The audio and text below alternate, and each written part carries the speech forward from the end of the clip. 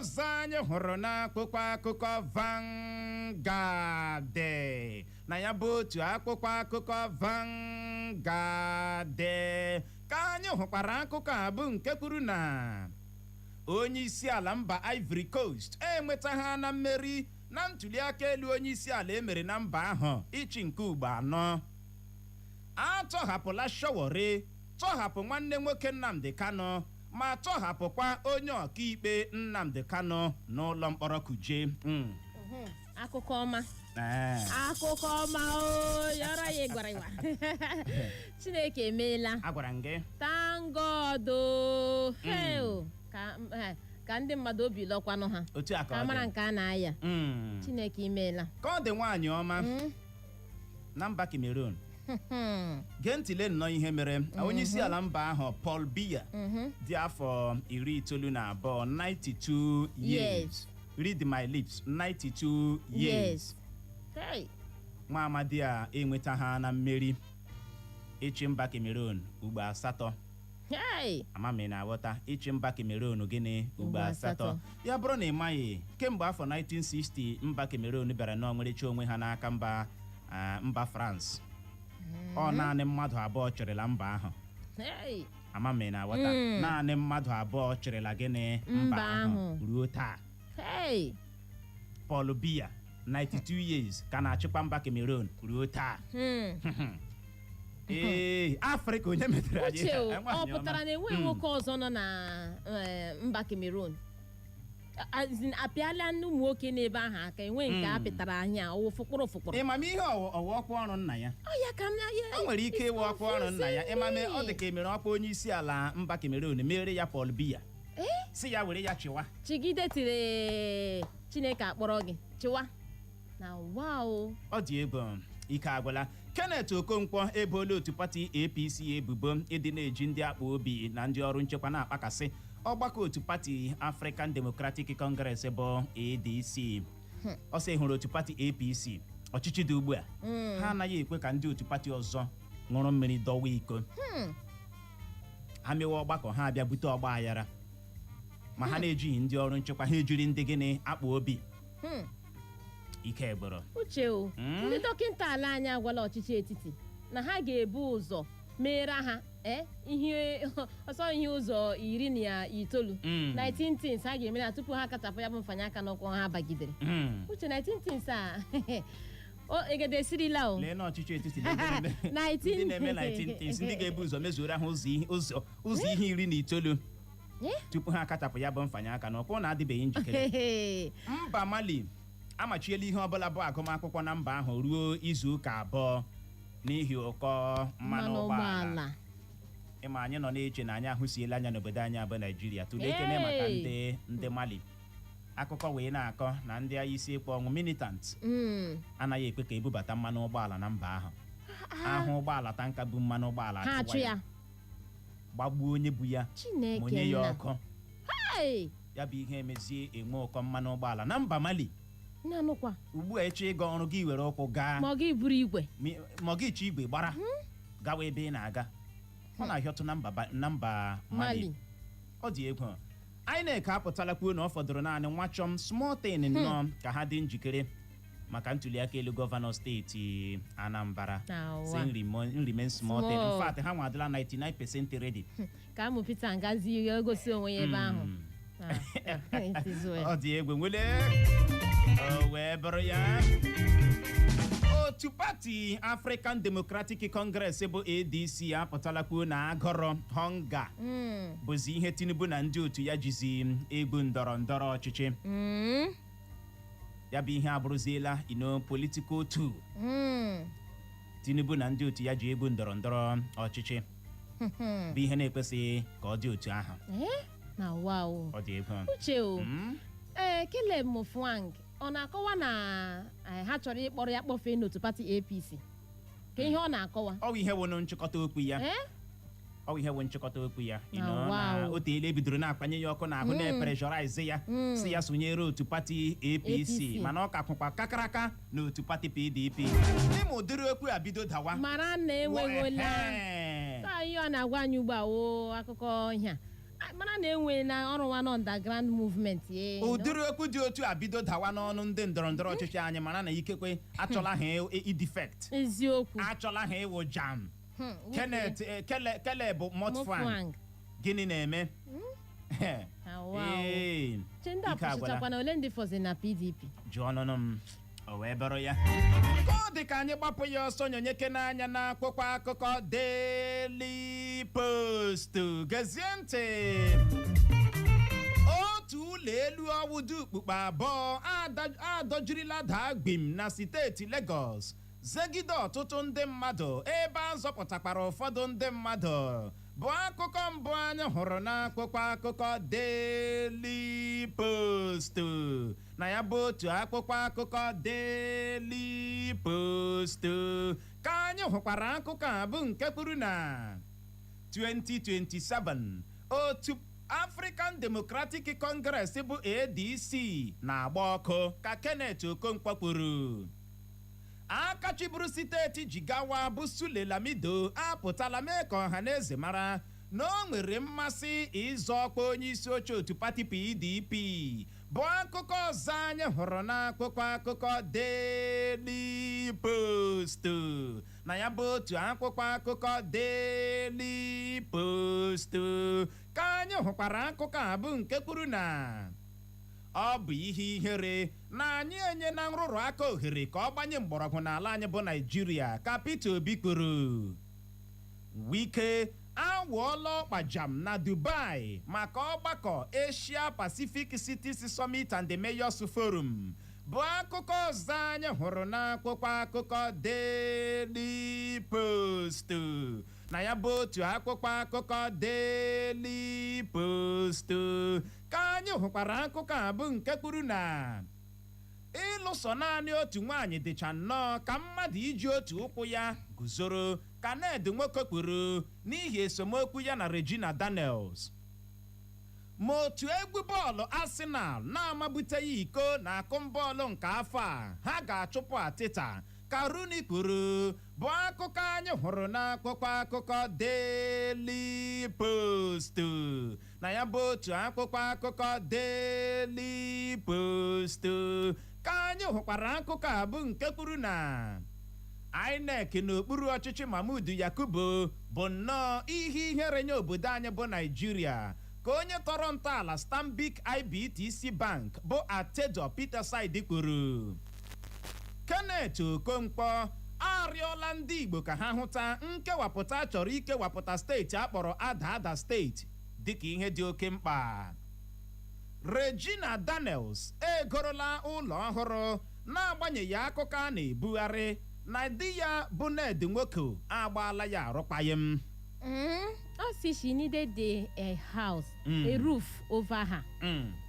Uche ọgana nọ n'eji ihe nwaanyị ahụ tiri Nwoke's house ọwụ ya olu ahụ ịkọta ahụ ya ọwụ olu ahụ tipụrụ mgbe ahụ olu ahụ emechaziele si mba ka ya gazie nọrọ na nke ya ị na-aghọta Nwoke's house Nwoke's house ya bụ olu adakwa olu ahụ achọzi ịda Nwoke's house ọ chọrọ ịda I am a queen in my house ọkwa ya nọ ọzi ihe ọ na-ada ugbu a nwa bụ nwaanyị agaala na ọ gagoro ọmalịcha ụlọ iche ihukwa ụlọ kụọ ya n'ọkụ ndị mmadụ na-eto ya Chineke kpọcha asị nice one na-ele ha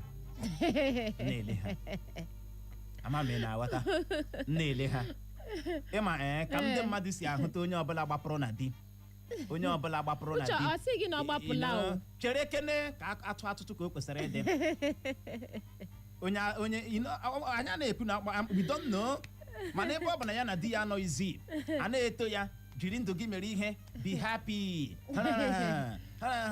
kama ị ga-anwụkwa Uche for now there is tension ịghọtala so ihe ọ na-eme ihe ugbu a ka ọ nọgodo n'ofe na ka ọ nọgodo ka ihe niile ahụ ka mụọ dan ịghọtala mana ịhụnanya ụdị ya ọsagharịala si nwaanyị nwoke ilu ofu nwaanyị na ọ dị ka nwoke iji ofu ụkwụ na ịga ị na-aghọta na ọ jiri ụkwụ abụọ na ọlụ ọtụtụ nwaanyị na-alụ ọtụtụ ụmụ nwaanyị Nwoke ekwuola ya na ịbụrụ nwoke na gị gbalịa lụọ abụọ ma ọ bụ atọ ma ọ bụ ise mana na option 1 da fel gị jiri option 2 mee gịnị mewe ihe na hụrụ nwoke bịara nnọọ kpachapụ anya n'otu nwaanyị ọ dị nnọọ ka onye ji otu okpo gusoro anything can happen. And then when I walk off, you know go feed they do something perfect. Yeah, da. Otu ihe. Na-abịa ịbịagbu oge. So ukwu na na-edi kwuru m ọ dị ya how far? Ịma abịa n'ala Igbo. Ndị Igbo eji ịlụ ọtụtụ ụmụ nwaanyị mara anyị. Ama m na-aghọta. Ndị Igbo ji alụ ọtụtụ gịnị nwaanyị. Iwu anyị amachighị ya. Onweghị mgbe iwu anyị machiri na anyị alụla ọtụtụ ụmụ nwaanyị. Ndị nna nna anyị ha nwere ndị nke lụchara 8. Nwee ndị lụrụ 10. Nwee ndị lụrụ 13. Nwee ndị lụrụ 20. Don't worry, Lowa. In your own side, Alpha. The thing wo ha dị ship dị ihe isi ike dị. Tupu ị na-alụ nwaanyị abụọ ma ọ bụ atọ ị ga-amara ma ị kwadoro onwe gị nke ọma. Ịlụ ofu nwaanyị ugbu a rara ahụ ma ya fọdụ ịlụ ya abụọ ma ọ bụ atọ. Mana Nnedi na-achịkọ ha ka nga na-achịkọ ala. O ji na ego ya. Ka ọ dị Wayne Rooney kụọrala otu egwu bọọlụ Manchester United bọọlụ apụtala kwuo ma otu egwu bọọlụ Arsenal na-amabuteghị iko na akụ bọọlụ nke afọ a na ha kwesịrị ịchụpụ Ateta. Where is the lie? Nwere ka ọ dị Where is the lie? Somehow. Where is the lie? Mana ị hụrụ ka ihe sikwa aga Arsenal nwere ike chacha ọkụ a niile ha na-acha at the end ketekete kpọkpọ no trophy. Chima ihe a na-emekarị mekwana onye a ji weli elu na si ọ bụrụ na ha enweta ha amabuteghị nka na a ga-achụ onye a ka marakwala ma ọwa agụwa adịghị nkọ ka ọwa ọkpụ isi amaghị akpụ. Ọ dị ego ka ọ dị aka chịburu steeti ji gawa bụ Sule Lamido apụtala m ịkọ ọha na eze mara na o nwere mmasị ịzọkwa onye isi oche otu pati PDP. Ịma akụkọ anyị nụrụ bụ na n'oge na-adịghị anya otu pati PDP nwere ọgbakọ dị mkpa ha ga-enwe ebe ahụkwanụ ka a ga-anọ họpụtazi onye ga-abụ onye isi oche chairman otu pati ahụ. Ọtụtụ ndị mmadụ ebido gbakeriwe ala onye nke asị m ga-azọ onye nke asị aga m azọ onye nke asị m ga-abụ onye isi oche onye nke asị m ga-abụ gịnị onye isi oche. Onye chọrọ ịbụ onye isi oche ga-ebu n'ụzọ gbaa fọm n'ihi ya ebidola ha gbakeriwe ala ịgba fọm a. Mana akụkọ ọzọ anyị nụrụ allegedly bụ na otu pati PDP ajụla inye Sule Lamido akwụkwọ fọm iso azọ ya bụ gịnị ọkwa. Mame na-aghọta aka chịburu steeti ji gawa Sule Lamido. Oruhu ihe uche ememewọtara kwalifikeshọn ndị ha chọrọ oruhu. Sule Lamido so ọ ga-adọkpụrụ ha gaa kọt ya na ha bịara bịa ịka aje mbele ọ ga-adọkpụrụ ha ozugbo gaa kọt asụwa ya. Another wahala for PDP. Ala adịghị mma bụ uru ndị nze ebe otu pati PDP na APC na ugbu a ha nọ na-ajọle eziokwu ha nọ na-achị. Otu ụlọ elu ọbụdu ukpukpe abụọ 2-story building adọjirila daa gbem na steeti Lagos zegide ọtụtụ ndị mmadụ ebe a zọpụtakwara ụfọdụ ndị mmadụ. Akụkọ anyị na-anụ mgbe ọbụla n'obodo anyị abụ Naijiria onye ọbụla bụcha injinia. Eziokwu. Onye ọbụla gara n'ọla bọket kpuru n'isi chọọ apron green soro. Injinia. Ya na-akwụ. Injinia. Ya na-akụ ya na-ahịọ. Uche engineer is it by practice? Professor by practice abi? Ọ dị ego. Na wa. Ị hụrụ ụlọ mmadụ na-ebi ekwesịghị ịbụ ihe a ga-eji na-eme ihe egwuregwu. O kwesịghị ịbụ ihe a ga-eji na-eme ihe yara gburugburu. No. Kwesịrị ịbụ ihe a rụsiri gị n'ike maka na ihe a na-agba n'aka anaghị agba ya n'anya. Ntị ọ dịkwa. Onye minista na-ahụ maka isi obodo anyị bụ Abuja Nyesom Wike anọrọla n'ụbọchị Mọnde ụnyaahụ dịka ọ kụrụ elekere 4 nke ụzọ ụtụtụ wụọ ọkpa jam na Dubai nke United Arab Emirates maka otu ọgbakọ ọwa kpọrọ Asia Pacific City Summit and the Mayors Forum. Uche aha kakwa nke aha long. O nwere ihe ghọtara ebe a. N'ihi ya Wike tata a ga n'olu Wike na ya bụ ọgbakọ maka na asị o nwere otu panel ọ ga-anọ n'isi ya n'ọgbakọ ahụ. O wee bụrụ ya otu onye soto ntọala Stanbic IBTC Bank founder nwa amadi ka Atedo Peter Side apụtala kwuo na INEC n'okpuru ọchịchị Mahmood Yakubu na ọ bụ nnọọ ihe ihere nye obodo anyị abụọ Nigeria. Onye kwuru Peter Side kwuru ebere ya ka anyị gbapụ ya ọsọ nyonyeke n'anya na akwụkwọ akụkọ Punch. Gezie ntị. Otu pati APC ekwupụtala Biodun Oyebanji dịka onye ga-eji ọkọlọtọ otu pati ha azọ ọkwa gọvanọ steeti Ekiti n'afọ 2026. Bụ akụkọ mbụ anyị hụrụ n'akwụkwọ akụkọ Punch. Na ya bụ otu akwụkwọ akụkọ Punch ka anyị hụkwara akụkọ a bụ nke kwuru na ọchịchị etiti ji ndị ọrụ ahụike ijeri naira 38 38 bilion naira ka otu jikọtara ndị dọkịta ahụike n'ala anyị bụ na-adịkoro. Uche, how come 38 billion? Ị na-ajụ m as a government official. Nna Uche, ego nke agbagwojukwara m anya. 38 bilion naira ka na-adịkoro. Yee, ka etu echiji ụgwọ ka chigide ụgwọ a ya oruche 38 billion. Ọ karịala. It's too much. Ọ karịala. Igirigi. Ebelebe. Na steeti Ekiti, ntụliaka elu gọvanọ a ga-eme na steeti ahụ n'afọ 2026. Otu pati APC apụtala ha kwupụta Biodun Oyebanji dịka onye ga-eji ọkọlọtọ otu pati ha azọkwa gọvanọ steeti ahụ. Biodun Oyebanji agbakọtala aka otu asị ngwa wepụta ya. Ọ gị nwa na you will know. Gawa ihe zụtara anyị ihe anyị tọrọ gịnịgịnị n'ahịa ya hịọtịwa ebero ya. Ka anyị nyonye anya n'akwụkwọ akụkọ The Statesman. Gezie ntị. Gọọmenti steeti Imo azọpụtala nwaanyị a na-amanye ka ọ ṅụọ mmiri eji saa ozu di ya.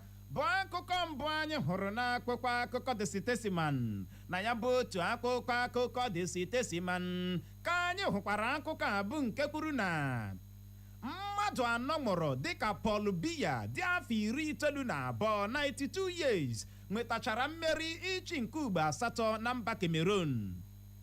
Onye isi oche Imsubeb bụ Egbo ekelala ụzọ dị mma n'iwe n'ọrụ o were ndị nkụzi na steeti Imo. Mmadụ 4 atụfuola ndụ ha dịka onye isi ala mba Cameroon Paul Biya bịara nweta ha mmeri echi mba Cameroon nke ugbo 8 8 term naanị ya 92 years. Agadi ekwe nka. 92. Agadi ekwe nka. Ọ dị ego. Amaghị m ma ihe ọwa ọkwa ọrụ Paul Biya. Nna ya bịara na hapụ ọra ya. Ịma o nwere ihe ga-eme na ajụwa ajụjụ so nwekwara ndị nọ na mba Cameroon. Ya ka m tinye ja confuse no. Kedu ka mmadụ ga-esi nọrọ n'ọkwa ọchịchị na-eru 50 something years? Only you. Nwechewa mba. Ọwụghị only you na ikekwe ịdịtụ young asị yes ma ihe. Mana ị ka ala nọ 92 years ịkapịala. Anyị ahụọ n'ihe onyonyo ebe nwoke a ya na-aga ije jide ya n'aka. Agbanye ya standing n'akụkụ. Ya da. Ka ọ hapụ ịda. Jekwanụzụ ike. No. Gewa akpụkpọ akụkọ Vanguard otu a n'ụtụtụ otu a. Gị were newspaper gụwa. For where? Ri ụwa n'ọnụ. Ketekete kpọkpọ gị tọ n'oche ahụ. Ndị ntorobịa awụsara na mba Cameroon. Ụmụ agadi ekwe nka. Ọ dị egwu. Anyways, congratulations. Gịnị ka anyị nwere ikwu? Mana mmadụ 4 nwụrụ n'ihi ntụliaka elu a na-eme na mba ahụ na anwụọna bụ na ụlọ anwụọna. Mere anyị ji ekwu ya a na-eme ntụliaka elu gị gbada anya ijiri maka ntụliaka elu nwụọ. You don't die be say you don't die. You don't kpai be say you don't kpai. Onye ahụ ị na-aga alụ ọrụ ọgụ na-ebu ballot box na-ebu ọtụtụ ihe ndị dị iche iche na-aganye aka n'ihe na-enweghị isi na ọdụ na ị chọrọ ka ọ hụta gị dịka onye gbasiri ike. Ị chọrọ ka ọ hụta gị dịka a strong supporter. Chere ka o win. Ịnwụọna bụ na ịnwụọna. Kedu ebe nwa ya gara? Ị hụtụla nwa ya before? Lele gị. Ọ dị egwu. Gọọmenti steeti Imo azọpụtala ha otu nwaanyị ọwa a na-amanye ka ọ ṅụọ mmiri eji saa ozu di ya. Ihe a ka na-emekwa ya ugbu a. Omenala ndị oge gboo aka nọkwa na-eme ya n'obodo anyị abụ Naịjirịa. Ebe ka aka na-emekwa nka. Aka nọ na-eme ya. Kedu ka nshiki chọrọ inye nwaanyị ka di mmadụ ga-esi nwụọ ọ na-amanye ya asacha ozu nwụrụ anwụ. Ewere mmiri ya nye nwaanyị si ṅụọ ka o prove innocence ya. Mami na wọta ịma ọwụ ụdịrị omenala ndị a bụ ihe mechara ụfọdụ ndị alaịkịchahụ ọdịnala. Eziokwu. Ụfọdụ ndị alaịkịchahụ ọdịnala. Ọ bụghị na ọdịnala ọ dị njọ kama ọwụ ihe mechara ya amụ ejima egbuo ya. Uche ka na-awa mara na ị ga-asacha ozu mmadụ nwụrụ anwụ ka ị were mmiri nye onye dị ndụ si anwụ. Ị chọrọ igbukọ ya nwa? Tell and say you want kill am at once. Ọ dị ego ka ọ dị Igbo mụrụ nze ma ọzọ ọ bụ n'ebe a ka anyị ga-enye ya rịkọm iji hụ ohere jengwụrịta mmiri ma kpacha akpịrị ya bụrụ ma anyị lọghachie ikekwe onye ọbịa anyị ga-awụcha mgbe ahụ onye otimkpu ENTRACO Darlington Chidera Ibekwe ga-abịa nnọọ ebe a nwee ike kọwara ọha na eze ji nke gara n'ubi na nke gara n'ọba atinyere ka eke si anya aṅụ n'ụlọ ọrụ ENTRACO n'ihi ya nọrọ ebe ahụ ma hazie ajụjụ ịma nke ọma ị ga-ajụ ya agagharịkwala agagharị.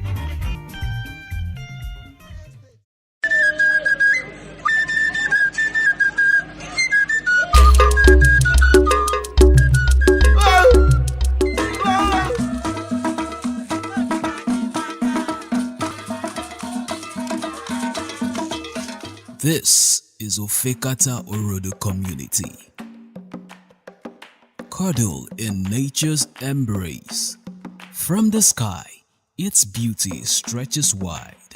Serene landscape, lush greenery, and a windy path that whispers stories of old. Ofekata Orodo is not just a place on the map. It is a heartbeat, a heritage, a people proud of their land. And today, it opens its arm to a contest that stirs excitement, mystery, and the promise of discovery, the Ojezurobodo search.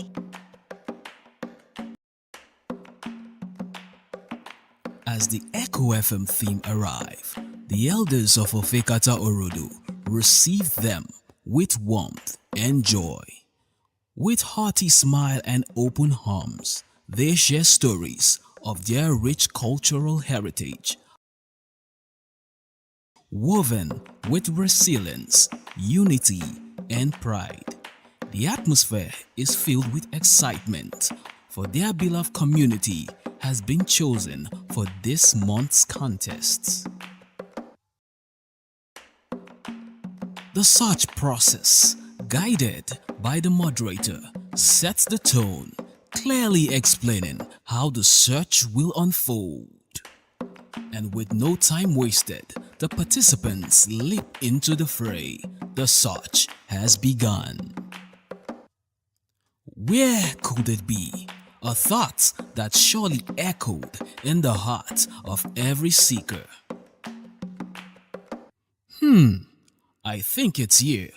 Oh no, not again.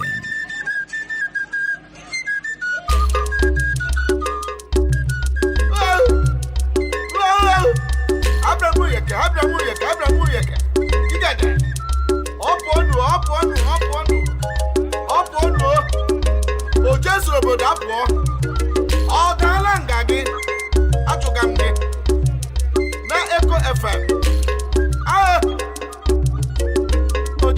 oje zuru obodo ya mma oje zuru obodo ngwongwo oje anya apụọla ya mma oje zuru obodo ngwongwo oje ya yọsam ebelebe oje zuru obodo ya mma oje ndị nwụ ya mma oje ndị bịara bịa ya mma oje ya yọsa gị ngwongwo oje ya yọsa ya mma oje anya apụọla ya mma oje zuru obodo ngwongwo oje ya gawa ebelebe oje zuru mba ya mma oje zuru n'Imo steeti ya mma oje zuru mba niile. Along the way, they encounter broken school buildings and poor road network, a reminder of challenges that still calls for attention. As each second ticks by, every movement becomes critical. Every step, every decision matters. Where could it be? I must find it. I must see it. The tension builds, the search intensifies, yet no one backs down. Each participant stays the course, eyes fixed on the ultimate goal. After moments of anticipation, a contestant finally uncovered the Ojezurobodo treasure.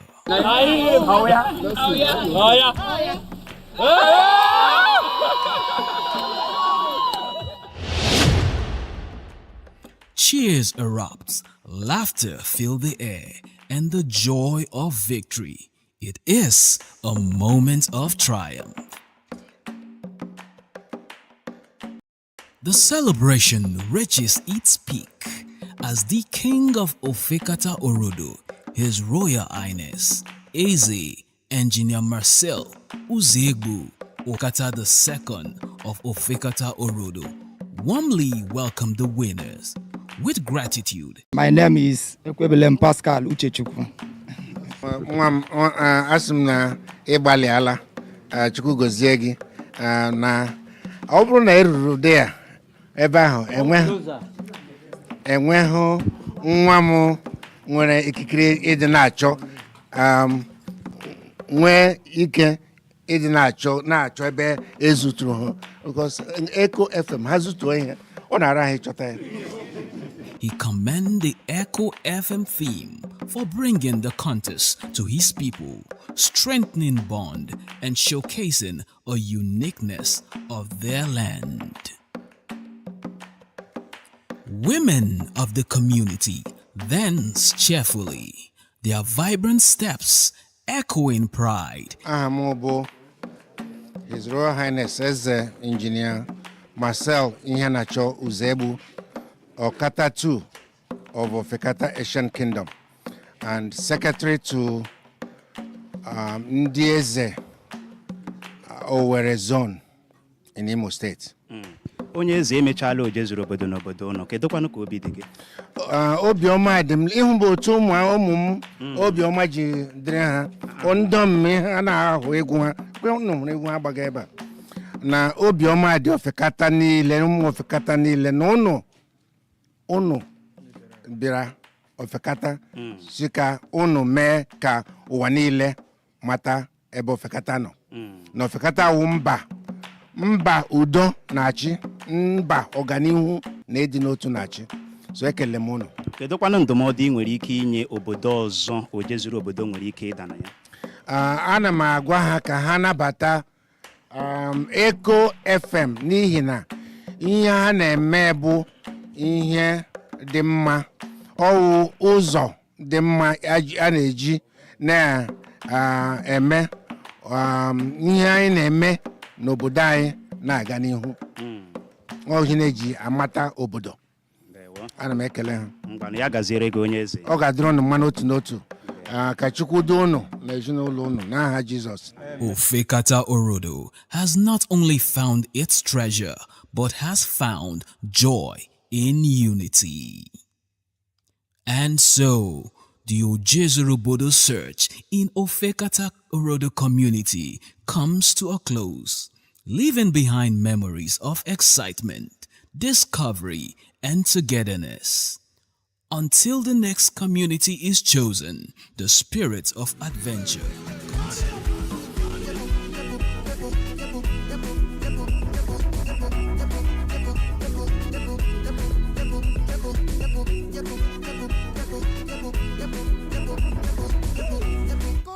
Mụrụ nze ma mụọza na-aga na-agakwa na-aga na-aga na-aga na-agakwa ma na-agarubeghị ebe a na-aga ije kabakwa ọgịga nwune ode onye ọbịa anyị awụchala onye otimkpu ndị ENTRACO Darlington Chidera ibekwe mana tupu ya ekele ọha na eze biko gere na ọkwa dị oke mkpa ezinụlọ Felix Unuchi nke obodo Ụmụduru Eke Ogbuko Ọgbakọ nke kansụl ime obodo Mbaitolu nke steeti Imo ji ohere a na-ekpepụta ọnwụ nwaanyị ha hụrụ n'anya nne ha nwanne ha nwaanyị nwanne mama ha nke nwaanyị ọgọ ha nwaanyị nne ha ukwu na nne ha ukwu bụ Oriakụ Virginia Ajụ nwaanyị Ajụ Unuchi bụ onye nwụrụ dịka ọ gbachara afọ 89 bụ 89 years. Ngwalezie ka esi hazie usoro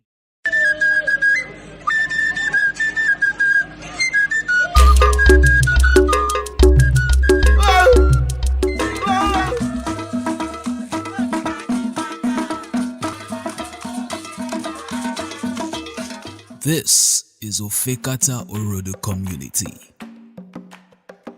Cuddle in nature's embrace. From the sky, its beauty stretches wide. Serene landscape, lush greenery, and a windy path that whispers stories of old. Ofekata Orodo is not just a place on the map. It is a heartbeat, a heritage, a people proud of their land. And today, it opens its arm to a contest that stirs excitement, mystery, and the promise of discovery. The Ojezurobodo search. Onye ọbịa anyị awụchaala onye otimkpu ENTRACO PRO ndị ENTRACO Darlington Chidera Ibekwe nnọọ nwoke ọma.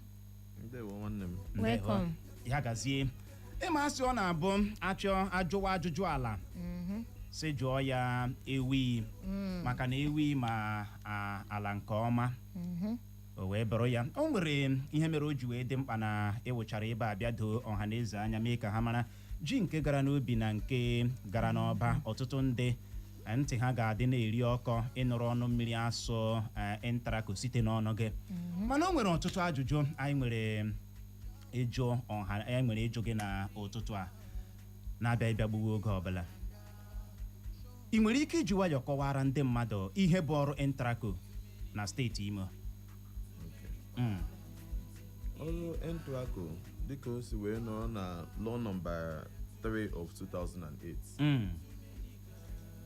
Ọrụ ENTRACO dịka o si wee nọrọ na law number 3 of 2008. Okay. Wụ idozi obodo niile ime ka ụgbọala kwụsị na-eme obstruct, ụgbọala kwụsị na-adọchi ụzọ, ụgbọala dọchie ụzọ, ọwụ ọrụ ENTRACO iburu ụgbọala ahụ mee impound. Ndị mmadụ ndị na-ewere aja agbachi ụzọ ihe ọbụla ga-obstruct free flow of traffic ọwụ ọrụ ENTRACO ịdọhapụga ya. Nke abụọ ọwụ ọrụ ENTRACO maintain vagis anyị. Vag ya awụ ebe ahụ fensị ga-ekwụsịrị ihu ya space awụ nọ n'ihu ebe ahụ ebe a na-akpọ green vag. Mana ịpụtazi ugbo ị ga-ahụ dị na o weela ndị were ụlọ dọsacha na green vag a ewela ndị gbachichara ị ga ebe naked enwere ebe mmadụ rụrụ 2-story building na green vag. Ị na-aghọta ndị mmadụ na-ejizi eme ihe sọrọ ha mana echi gọọmenti ga-akụda ya ihe ga na-anụ na gọọmenti emeela ihe ọjọọ, gọọmenti emeela ihe ọjọọ. Ihe niile gbasara environmental ọrụ ENTRACO ọrụ ogbe mana nke waste management aka awọpụrụ ya awọpụ werezie ya nyega ndị EWAMAC. Ozi ndị EWAMAC na-ahazi ihe niile gbasara waste management. ENTRACO anaghịzi akpanye anya na ya. ENTRACO anaghịzi emezi ihe ọbụla waste management. Mgbakọ ọ dị ka anyị lebazie ya anya ịma na nso nso a nwere mkpamkpa kpara eji anụ aha ENTRACO anụzi o ji ada ụda ugbu a na steeti Imo ndị mmadụ ji akpụ ya n'ọnụ. Kedu ihe ọwụ ya bụrụ ihe mere na kpọmkwem na Toronto onwe na ka isi nụ ya? Ama m ihe mere na Toronto. Ị nwere ike iji nwayọọ kọwara ọha na eze dịka isi mara? Okay. Ahụkwala m ihe niile gbasaga ebe niile maka Toronto n'ụka ndị ENTRACO si were kugbusia ndị mmadụ mee ntamimo. Mana enwekwa n'otu ihe ịma enwere ịpụta ugbu a na onye mmadụ na-alaike ha ọ dị ka mgbe Rochas wụ gọvanọ enwere ndị ga-apụta sị gị ndị na-alaike ha Rochas apụta na ya isi na Rochas pụtara lee foonu mmadụ zuru ga ụwa niile ga-asị ọ wụ eziokwu maka alaike ha Rochas. Enwekwara ndị na-alaikekwa ha Hope Uzodimma taa onwe ihe ọbụla Hope Uzodimma ga-eme ga-arụ ha mmadụ ịpụta ugbu a na sị na Hope Uzodimma pụtara na otu ebe a na-eme wedding zuru foonu mmadụ ụwa niile ga-ebilive ya. You know, forgetting that this is a man that can afford any phone he wants. So many of us look at issues with a biased mind. Onwe onye ọbụla chọrọ ịnụ onweghị onye chọrọ ịnụta nke ENTRACO na-ekwu. Onye ọbụla maka ya ENTRACO maka ọwụ revenue body kugbuonu ha ka ha nwụọ. A sị na ENTRACO mere nke a mee nke ọzọ mana anyị ahụtụbekwa ha otu vidio na ịntanetị we have not seen one video jiri lekwa Emeka lekwa Okorie lekwa Okoro ndị awụ ndị ENTRACO kugburu.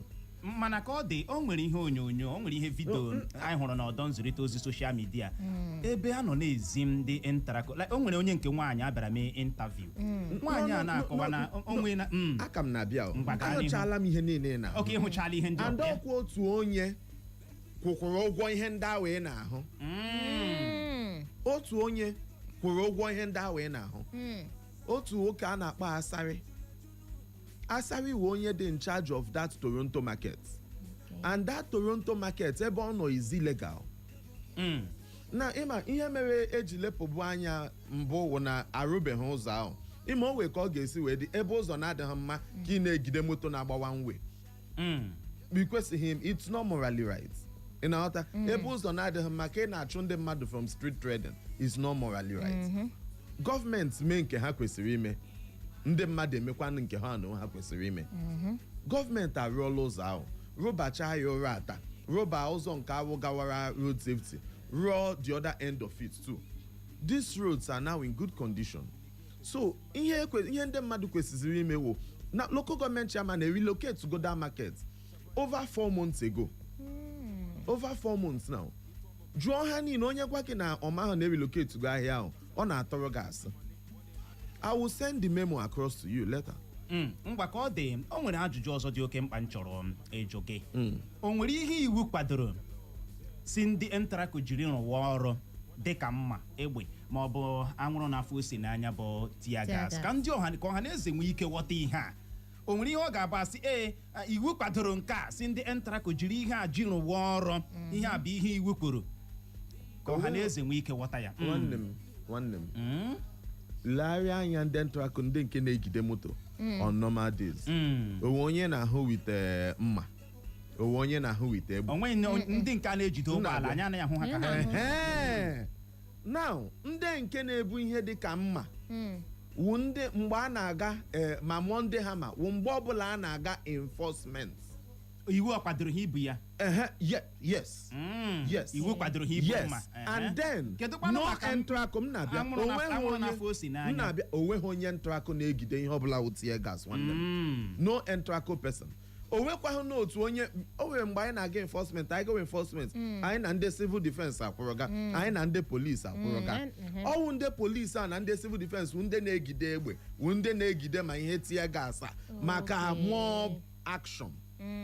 Ị na-aghọta onye ọbụla ndị mmadụ makwa nke dị mma onye ọbụla ma ihe ọ na-eme onye ọbụla ma nke dị mma ma nke dị njọ mana igide ha maka nke a dị njọ etiwa ha lee n'otu obodo dị hapụ na ya next thing hụ arush our people ihe a ka emekọtara kugbuo otu onye ọrụ anyị na warehouse.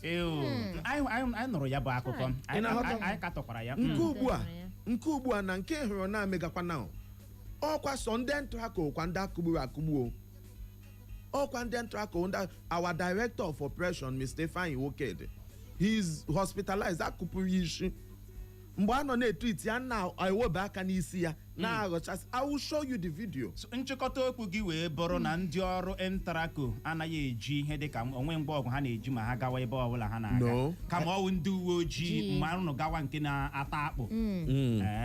Ka ọ dịkwa o nwere ajụjụ ọzọ m chọrọ ịjụ ajụjụ ọzọ ahụ wee bụrụ kedu ụbọchị ndị ENTRACO ji arụ ọrụ ihe mere o ji dị mkpa na ịkọwara ha n'eze ka o nwee ike doo ha anya kedụkwa n'awa ha ji amalite ọrụ ma na-emechi ime ihe mere ajụjụ a ji wee dị mkpa ka a mara mgbe aka enwe bara n'ofe o nwere oge a kpọrọ aha si ihe a bụ oge ndị ENTRACO na-eji amalite ọrụ ihe a bụkwa n'oge ha na-eji akwụsị ọrụ. Ndị ENTRACO kwa a law enforcement agency too. Enwere mgbe polisi kwesịrị iji emechi ọrụ. Ndị polisi. No, achọrọ m ka esi amụ nka nwanne m. Ndị polisi anaghị maka anya enwere ndị uche m na-abịa enwere ndị na-abịa ha bịa ha etiwa ENTRACO kwesịrị imechi ọrụ by 4 always government agency 4 ka ha kwesịrị iji mechie ọrụ mana 4 o'clock ka ịka ma ọ da nleji anyị ga-ahụ ozugbo 4 na-akụ mgbe ahụ ka ị ga-abịa hụwazi ịga Wedra Junction ịga fire service ka ịhụzie ndị mmadụ ndị na-agba keke bọs ndị a ha na-anọzi n'ekiti ụzọ elodu moto eme ihe ọbụla sọrọ ha ị na-aghọta it is also in our law ihe m ji sị gị ihe ọbụla m na-eme we do it according to the law go and study law number 3 ya ihe of na-akọwa bụ na o 2008 nweghị taịm akpọrọ aha a na-eji amalite ọrụ ma na-akwụsị ENTRACO ga-arụli ọrụ ruo 7 p.m. enwere ihe ọbụla ga-agafezi taịm ahụ the office must be fully aware the office must commission it ị na-aghọta ENTRACO can work anytime. ime ihe mere ajụjụ a ji wee dị mkpa maka na ọtụtụ ndị mmadụ bịara na-ekwu kedu ndị ENTRACO na-arụ ọrụ mgbe ọ kụchara ihe dị ka elekere 6 nke mgbede ha ka nọkwa na-arụ n'ihe mere na Toronto ọ ihe mere ajụjụ a ji wee selite isi idoola anyị anya na ha nwere ike ịrụ ọrụ rufee 6 nke mgbede. Ajụjụ ọzọ dị oke mkpa Darlington kedu ihe na-emekwanụ ndị ENTRACO rụwa ọrụ ha hụ onye ji ekwentị ihe ị ga-anụ abụrụ bring that phone ma ị na-akpachapụ ya anya ha achọ ịgbawa ya. O nwere onye ọrụ anyị ebe a narala ya ekwentị ya ọ fọdụrụ ntakịrị ka a gbaa ya jam o nwere otu o mechaa ka m eji nwayọ kọwara gị ya onye nke a na-akpọ ọgụgụ onye kachi ọwụghị ọgụgụ onye kachi onye nke ahụ abụghị onye ọrụ anyị anara ya ekwentị ihe fọkwara ntakịrị ka agbaja. Kedu ihe mere emewa ndị ENTRACO rụwa ọrụ emewa ha vidio ihe ị ga-anụ abụrụ bring that phone. O nwere ihe isi m handụgoro personally okay ọwụ ile ndị ọrụ anyị emega ihe ha anaghị phone abịarute ọfịs when I get this complaint ma akpọ ha ngwa wite ekwentị ahụ ele ihe mejọ ha asị onye isi ha megaghị foto ha megaghị vidio anọ m na-akwụsị ha otu onye n'ime ha agbakwute m ya ọsị m onye isi mana lekwa ahụ ịma mgbe ọbụla ndị amaghị vidio ndị eme nka they post on social media and they put their own captions ị na-aghọta onye ọbụla chọga wete ndị ENTRACO ka egbuo there is never a person who will go look lee Douglas akwa anyị clear Douglas mee moto a na-agba na Douglas very free ị na-aghọta ndị mmadụ na-etokwa ọnụ na nke ahụ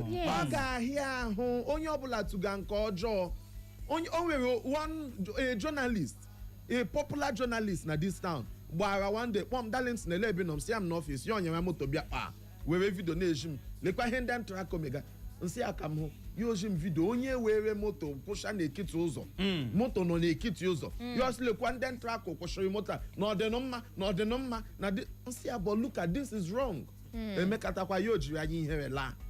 Everybody just wants to blame ENTRACO. Nobody wants to look at this whole thing with an open mind. Otu a ka ọ dị Darlington tupu anyị enwe ike kpọpụ akara ekwentị anyị ka ọha na eze na-ege ntị nwee ike kpọbata tinye ọnụ n'okwu ịma o nwere ihe onyonyo vidio bịara nnọọ na-agazu ọdọ nzirịta ozi soshal midia ọnụ bụ nke na-egosi ebe asị ndị ụfọdụ ndị ENTRACO bịara na-akụwa ụlọ ahịa ndị mmadụ na-eburu ngwongwo na ngwongwo ha kedu ihe ị nwere ikwu gbasara nke ihe a wụ ozigbo taashị nke m wụ m na-ekwu okwu ma na-akpọ aha onye sponsọrọ ihe ndị ahụ asarị enwekwara na otu onye n'ime koligi unu gara ebe ahụ asarị mepere ọnụ ya kwuo na ọ kwụrụ 500,000 ka ọ bịa mee ihe ndị ahụ o mere. Yes, quote me anytime. Yes. Kedukwa na onye wa asarị a? Asarị wụ ya dị in charge of the market. Ka m kọwatụrụ gị maka asarị a. Gbapụ ya ọsị. Nwanne m ọ na-adị mma onye ọbụla na-achọ inye public office ya bụrụ otu onye nwere ihe ọ na-eme. Our general manager, I'm not trying to be boastful here or anything, is a billionaire. The general manager of ENTRACO. Ya mere ị gaghị ejiri ụmụ ururu ego ndị a were kwaga ya n'ihu ya ọba ya anya. Asarị kem mgbe anyị gara asị ndị Toronto leave. Asarị ewere 4 million naira ya wụ the whole market tụkọtara ego a ask ndị Toronto I want you to do your private investigation ọ bụrụ na m na-atụ ashị publish it gwa ha na Darlington ibekwa atụgola ashị. Asarị nakọchiri ndị Toronto ego were 4 million naira cash bịakwute general manager of ENTRACO na Anthony Anyehe. General manager rejected that money say no that market has to leave ebe ọnọdụ illegal ewere that money bịakwute ya general manager reject ọ ya onye anyị nyere MCC to Toronto wee Emeka nwa atụrụ ọcha a na-akpọ ya general ya ọgakwu general ebe ha nwere meeting a wee ebe a na-akpọ Chili's na New Owerri o ji 500,000 naira cash gakwu general ka o wee bribe ya ka general wọpụ anya na Toronto. Ihe mgbaama ọ dị n'ihe ị na-ekwu. Ana m abịa. General is also somebody that can also come to you. Okay. You understand, with evidence. I say over 500,000 bịa na Chilis. General I reject o. Over 1 million bịa general I reject o. This guy werezie 300,000 ganye DPO Toronto Police Station. Aha ya Pascal one had the DPO. He had 300,000 and then told him na monthly ha ga na nyekwu ha ego. Every month ha ga na ego. Elehe their job ENTRACO bịa there ịrụ ọrụ ka ha wike block ya off. One ENTRACO laghachiri azụ. But come on, ENTRACO is doing a legitimate job. Sent by the Imo State government. In a hota, ya meziri mgbe Emeka nwa atụrụ ọcha abịara Toronto last time. On here bidoro ihe niile. This guy a na-akpọ one officer Christian. He's in detention now. One officer Christian abịa gwa Emeka nwa atụrụ ọcha na-eshi ebe apụ. Emeka nwa atụrụ ọcha mba na ọ ga-arụ ọrụ redio egebe. Ya ole the guy buy ọgụ. Kọwa ya ihe. Kpọọ other police officers from Toronto division because Toronto police station na that roundabout. Kpọọ ha abịa Emeka nwa atụrụ ọcha ọgụ. Kụọ Emeka nwa atụrụ ọcha ka onye oshi. They beat him almost half dead. They beat Emeka nwa atụrụ ọcha almost half dead. Na agbadi ya ma tear gas n'ime police station. It was that bad. DPO tinyekwara aka na-akụ ya ihe. Ndewo, ngwanụ ka ọ dị ka anyị kpọpụ akara ekwentị anyị kekpe okwu abụọ ma ọ bụ atọ tupu gị nwee ike chịkọlata okwu a n'ụtụtụ a. Ị bọọla chi?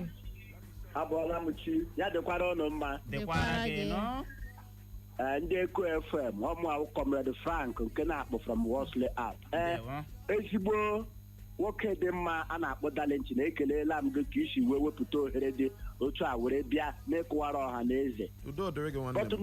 Nwanne m Dalenti, ọtụtụ mgbe ahụla m gị n'ụzọ dị iche iche. Ịma na ihe na-eme n'ụwa awụ edinye ndị mmadụ ụfọdụ. Ịma mmadụ n'ụwa anyị n'ime ya mmadụ nwe ihe siri ike ịchịkọta. Ọtụtụ mgbe unu na-ebinye ndị ọrụ unu ji ọrụ ihe unu na-agwa ha awụghị ihe ha na-eji arụ. Ọ ya mere m ji were ọtụtụ mgbe amonitọọla m gị ịmaghị na anyị nwawu the youth of Imo State anyị na-amonitọ ọrụ unu na-amonitọkwa ụnụ nwa ndị gọọmenti nyere ọrụ. Elewe anya na gụnwa otu isi akpa agwa n'okporo ụzọ m ga-asị ENTRACO nwere 100%. Pụta ọtụtụ mgbe ndị ụfọdụ unu na-edinye ọrụ na-akpagheri agwa na-awụghị otu unu si dinye ha. Ekelere m gị n'ụzọ dị iche. Ahụla m gị several places ebe ndị ọrụ unu na-arụ ọrụ na-agbafete uchi ụgbọala nke na-enweghị uchi ụgbọala nke ha na-ejighị mara gị pụta kwụsị wee dọwara ha mba na-akụghị ihe na-agwa ha na ọnwa ihe akụ njinere ụlọ. Asị m ka m kelee gị na akparamagwa dị otu ị kpara. O nwere ọtụtụ ụbọchị m hụrụ gị n'ụzọ Port Harcourt Road ebe ịnụ na-abara onye ENTRACO unu mba na-akọchara. Biko m were ohere a na-ayọsụ ka unu nwee ihe dị ka semina ọnụ ga-eji were nwa ise ọtụtụ n'ime ha otu unu si wee dere etie ha kụziere ha esi arụ ọrụ. Ọtụtụ mgbe ha pụta n'okporo ụzọ ha anaghị eme ya. Iko na-asị ka unu nwee semina ọnụ ga-eji wee nwegharịa ha kụziekwara ha wee mmụọ ha iji wee kụzikwere ha ihe ahụ ọnụ kụziboro ha mbụ. Biko nwanne m, because ana m awọchi gị several times. We monitor your activity on the road. You are doing well. If for you in ENTRACO, I give you 100%. But please caution your boys on the street for them to behave the way you are behaving and the way your spirit is to be doing this job. Thank you, my brother. You are doing well. But others are misbehaving on the road. Caution them. Ya gaziere gị ka ọ dị Dalenti biko o nwere ajụjụ ọzọ. O nwere ndị dị n'otu unu n'uche nke gị chere na ndị anaghị arụcha ọrụ dịka anyị nwa si chọọ dịka o kwesịrị? Nwanne m ọ nọ ebe niile. M ga-agwa nke wee eziokwu. Ịma ana m eweta so many reports. Because of that, sometimes you see me out on the road monitoring these things. You also see 2IC to the general manager Honorable Kedu out on the road, the DOP Ifeanyi Nwoke out on the road monitoring these things. Enwere ihe mere a few days back. I got so many disturbing reports. What did I do? Mele moto my vehicles had you mama dose. Mebru ejimaka mnyama keke boss. Keke boss so tinted no we onye man owo ya. Meji aka mbanyega na streets of Owerri. Bar Douglas, bar Wedra. I arrested some of our boys. You understand? Enwere ndị nke serve Ghana, about 3 of them now, they are serving a sentence now. They are going to serve 3-month sentence.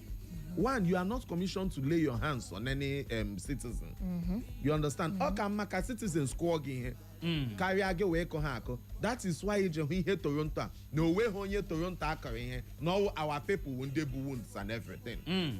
In a hotter and down to Hende na Hokana na Siabakara shop. Remember this one. And with the CCTV footage, one of your colleagues published. If you go and watch that CCTV footage, a guy and ENTRACO buring, they were all there to just demolish things, knock off things. All of a sudden, I know guys in Ebru bags of rice, Ebru. One woman even said, "Nandentrako batarebo ne sheni." Oh, kunu ne lekwa. Nandentrako batarebo ne reni. Ha batadie. No diodu. Richani no bopota. Richard ni bilite powakwa. And that colleague of yours, Anna on so published it. Maka asari nyere ya 500,000 naira. Asari mentioned it himself.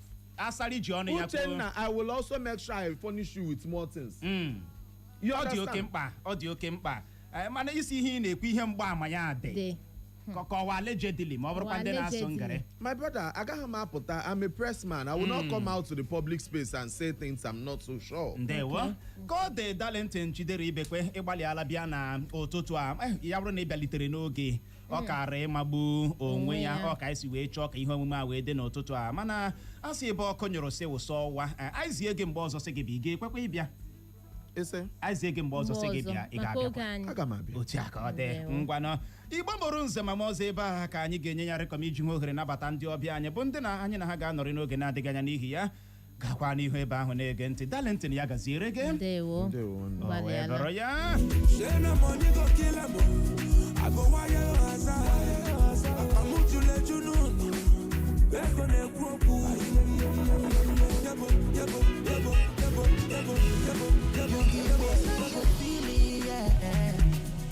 That's what I make and do.